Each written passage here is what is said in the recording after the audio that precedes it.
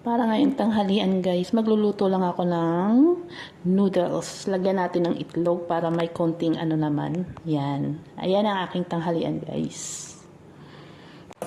Yan na. Nilagay na natin ng itlog. So yun guys, kain tayo guys. Kung tawagin dito ay Daddy Me. Sa atin di ba Lucky Me? Yan. Kain. Ito yung ating tanghalian guys. Noodles.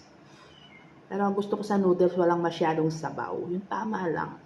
Kaya pag mabagal kang kumain, wala na talagang sabaw na mahihigo. Yun, ganun ang gusto ko sa Lucky Me noodles, guys.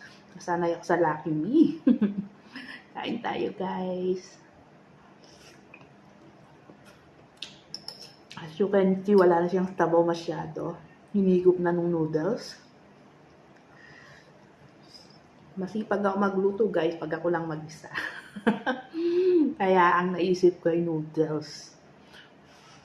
Ayan guys. Shout out everyone. Good morning.